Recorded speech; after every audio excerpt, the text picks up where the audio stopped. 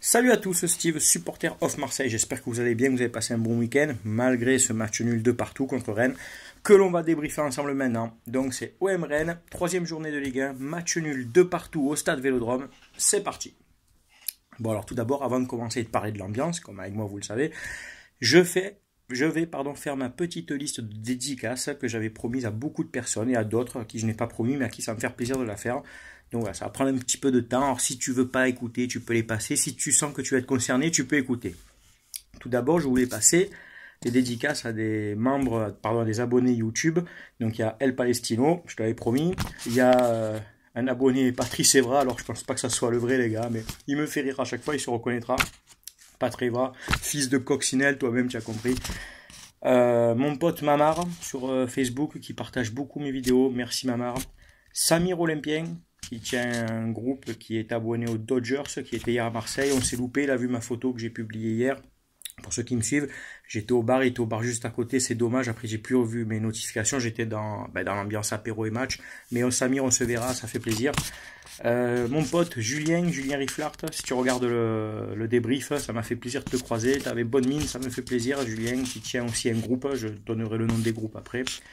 Et le supporter, désolé mon pote, je t'ai pas reconnu, je sais pas c'était quoi ton prénom, sur les marches d'escalier de Jean Bouin qui m'a fait signe quand je faisais la photo avec mon fils.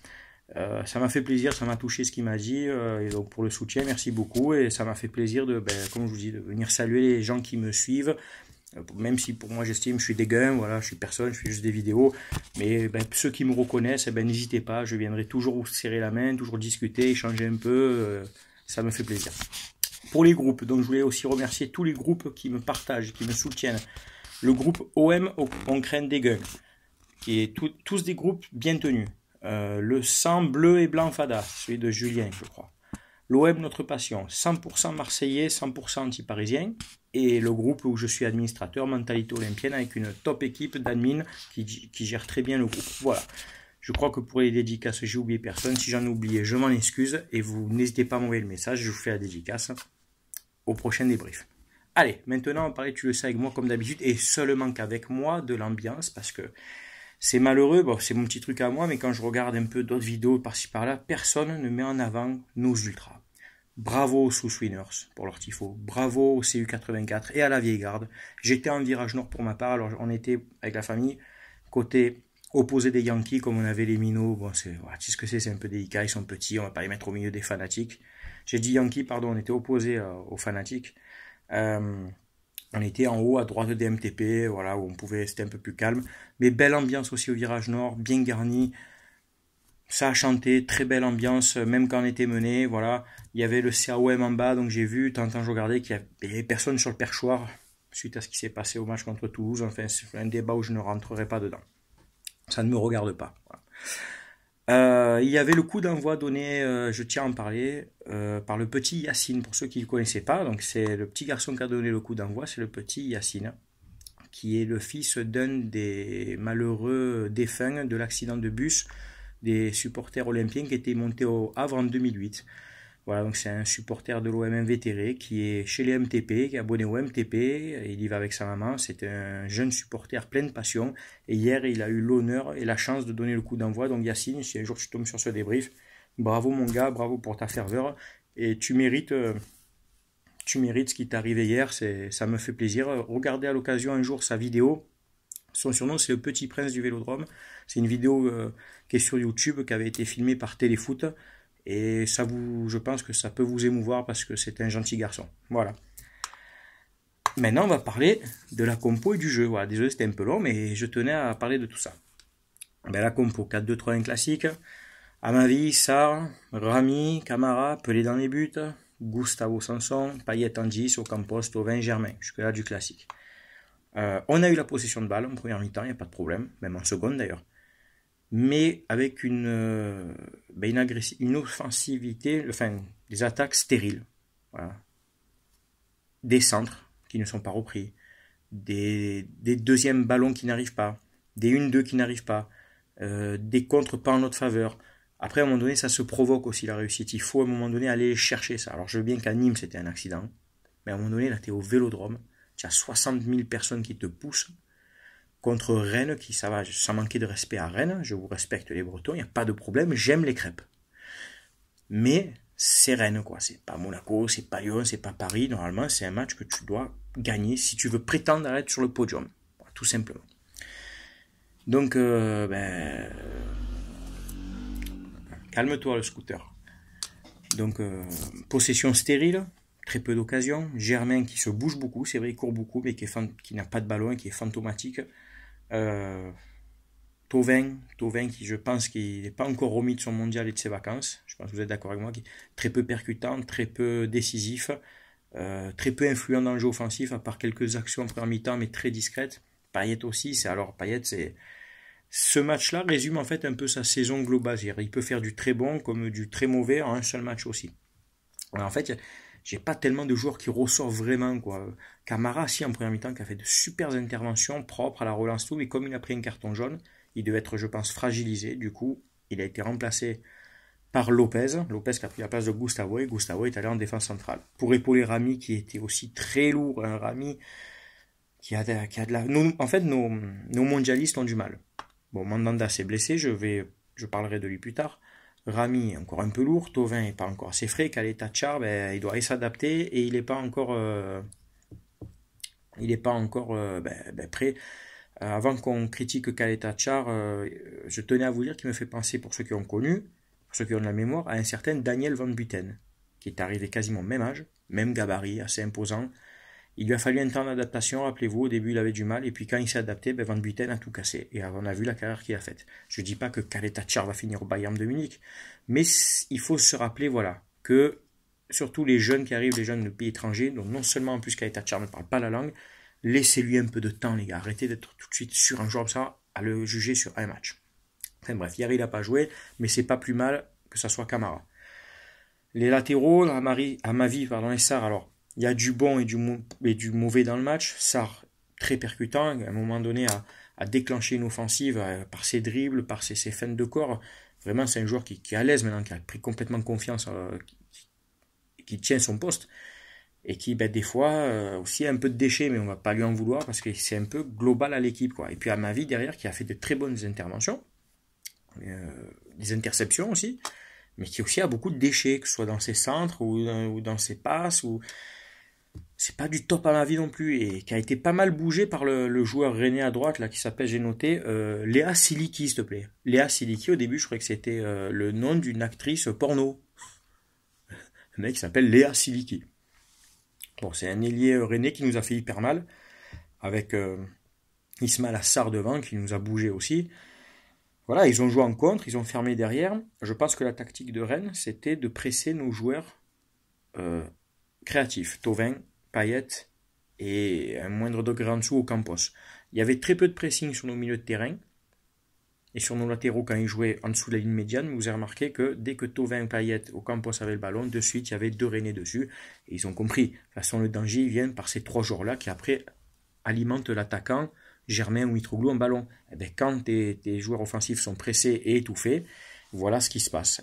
On n'a pas de créativité, ça manque de fond de jeu encore, ça manque de peps, d'intensité, de vivacité et de fraîcheur dans le jeu. Moi, je l'ai ressenti comme ça. Sanson, que j'ai trouvé pas trop mal, surtout en deuxième mi-temps, qui a bougé beaucoup, qui a essayé de proposer, de distribuer. Gustavo un cran dessous, ça allait mieux quand il était en défense, mais il a fini vraiment, je pense, fatigué sur les rotules.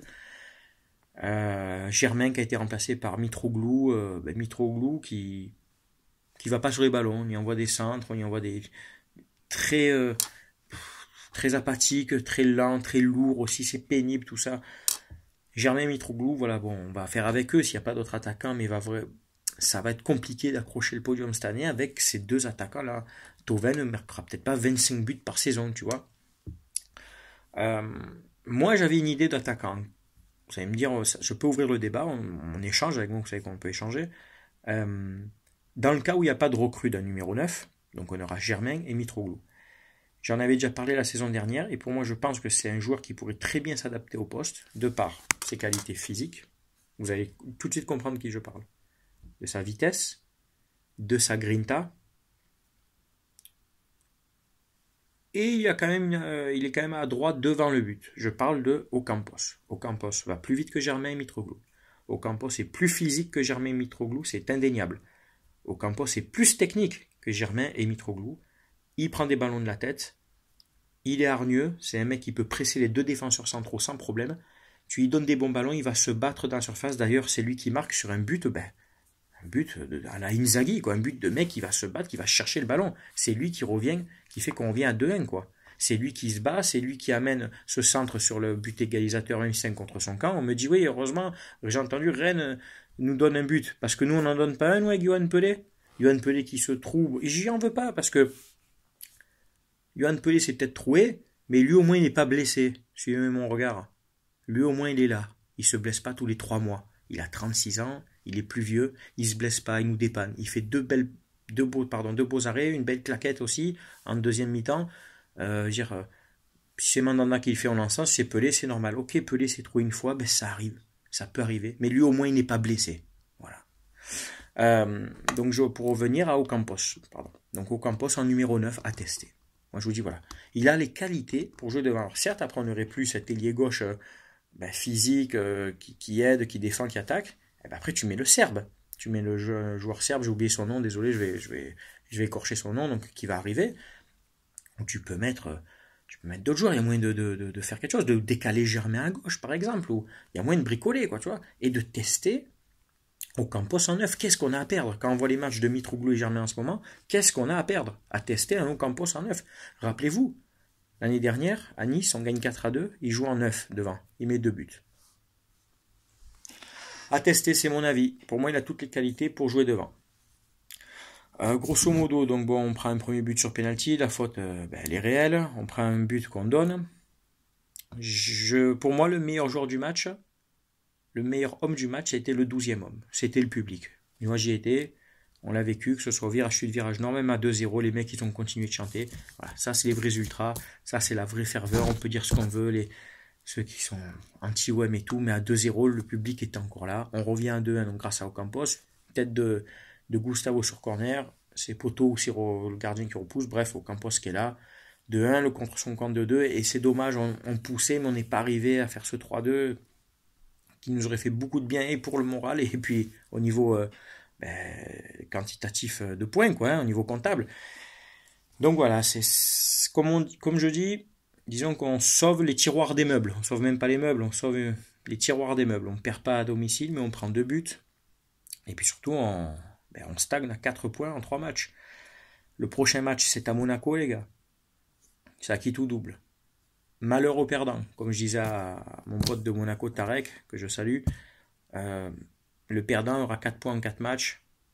C'est un rythme de relégable, quoi, hein, si tu vois ce que je veux dire. Et même un match nul n'arrangera personne, je pense. Donc à un moment donné, il va falloir aller à Monaco avec ses armes, avec ses couilles et son envie, les gars. Et c'est là qu'on jugera la qualité de l'équipe. Et ne me parlez pas de mercato, parce que c'est la même équipe que l'année dernière. Donc à un moment donné, on sait ce qu'on a, on sait ce qu'on vaut. Et j'en rebondis donc sur le mercato. Il y a l'arrivée de Strootman à l'heure où je vous fais le débrief. Là, donc aujourd'hui, j'ai reçu un message, apparemment, il est en visite médicale. Si c'est vrai, super, tant mieux. Si on peut avoir ce genre de joueur au milieu de terrain qui va nous apporter cette touche, comme Gustavo, le pendant de Gustavo au milieu de terrain, cette touche d'expérience de très haut niveau à l'international. Il a 28 ans. Il a joué aux Pays-Bas, il a joué à l'AS Roma pendant plusieurs années. Il s'est blessé pendant 2 saisons, il était à l'arrêt, mais c'était il y a 2-3 ans. Depuis plus d'1 an et demi, il a repris un rythme régulier de 30 matchs par saison, donc ne vous inquiétez pas. C'est un joueur, c'est un technicien, il sait jouer au ballon, il est hargneux, il sait récupérer les ballons, il va nous faire énormément de bien.